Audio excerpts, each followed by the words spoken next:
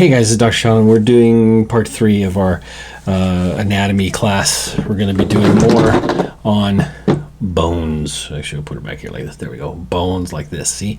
We're going to do some of the processes and holes and stuff that are usually in bones, and I'll show you a few of them, and we're going to go over all the examples and where they're at. So starting off, we're going to go with what's called a spine. We have the spine of the scapula, which would be right through here.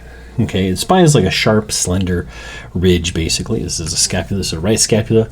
Looking through the body, right side, or in the back of the body, we have the spine of the scapula. We also have the spinous of the vertebra. This is a lumbar vertebra, and there's the spinous right there. It's a long projection that bounces off or sets off there.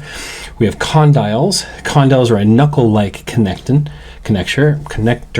and there's the medial, and this is the femur here. This is the right femur. Here's the head of the femur. This is the neck of the femur. There's the diaphysis, like we've done before, and these are the condyles, the medial and lateral condyles of the femur. Now, there's other condyles too. You have them in your hands, epicondyles are like in the elbow and stuff like that. So, third one is a tubercle. Tubercle, like think of tuber. Tuber is a word for potato, actually, is a tuber kind of thing, and a tuberosity or a tubercle is a small round process. So we have here like the lesser tubercle of the greater tubercle and the lesser tubercle of the humerus. Here's the humerus. This is the proximal end. Here's the head again. Here's the neck and the surgical neck, and then we have the lesser and greater tubercle in there. We also have tuberosity. Or trochanter. Trochanter is in through here. This is the greater and lesser trochanter. These are larger, projections. Smaller projections are called tubercles. Larger projections are called trochanters. Other ones we have called a trochlea, which is in here. This is the distal end of the humerus. A distal end of trochlea is like a pulley. So the ulna fits right in here. Okay, so here we go, right in here. It looks like a little pulley kind of thing, and that's where the ulna can move around it, much like a pulley. Crest. We have a few different crests. We have the iliac crest. We have the iliac crest, which is right on the top of the hip, but I don't know where I put my hips. So the iliac crest, and we have I'll think of another one in a minute. So anyway. Lines, we have what's called a linea. A line is a linea aspera, for example, is back through here. And that's attachment for a lot of muscles. We'll see those on a few different bones. You do see one a little bit on the humerus, but this is the main one, the linea aspera, right down the hair, the line, if you will. Head, we have many heads. There's a head for this here. This is the head of the femur, and this is the head of the humerus. Now, the head also would have then a neck. This is the neck of the femur is here, and the neck of the humerus is here. There's two different necks up here. We have a surgical neck where you would cut, and the anatomical neck, which is higher up. Then we get into some other things, like remember we talked about the skull, and we have this here. This is called a suture. And suture, if some of you guys know, especially like surg tech, you guys suture, you sew something up. So it looks like sewing marks, doesn't it?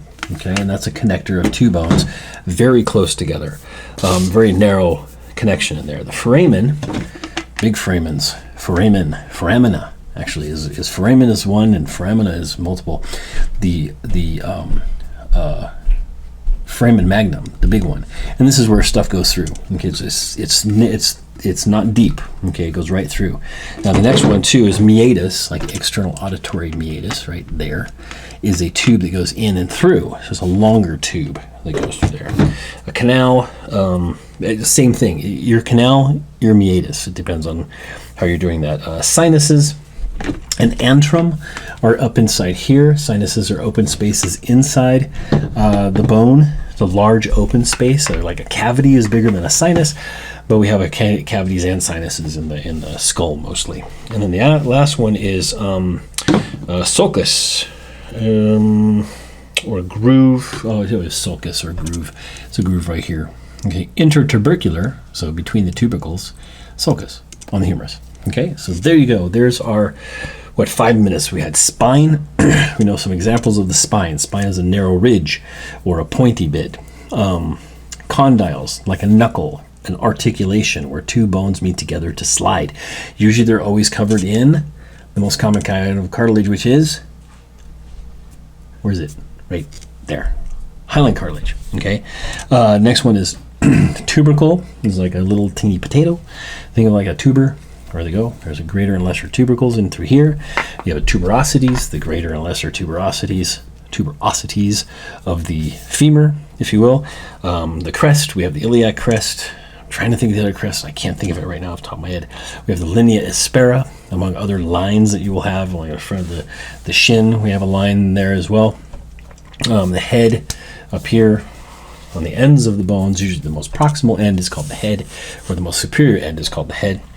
The neck is between the head and the diaphysis. Okay, sutures, like it was sewn up, a little very narrow. You only see them really in the skulls where we're talking about them. Foramen, big holes. Now you have other foramen. There's meatuses, meati, and foramina in different bones you will see, but they're way beyond this class. We won't worry about them. Canals, like the ear canal, the external auditory meatus. I don't think of any other canals off the top of my head. Sinuses inside the skull. We mostly have that's where we have their sinuses. And finally, last but not least, are the sulci or sulcuses. And the base sulcus we look at here. Other than like it's another term we also use for the brain. Remember the little brain, where if we take a slice of brain tissue and we have like a brain like this.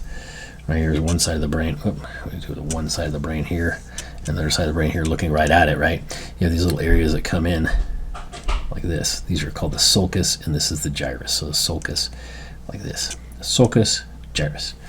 Okay, there you are. That's part 3 of skeletal anatomy. Hopefully that worked out.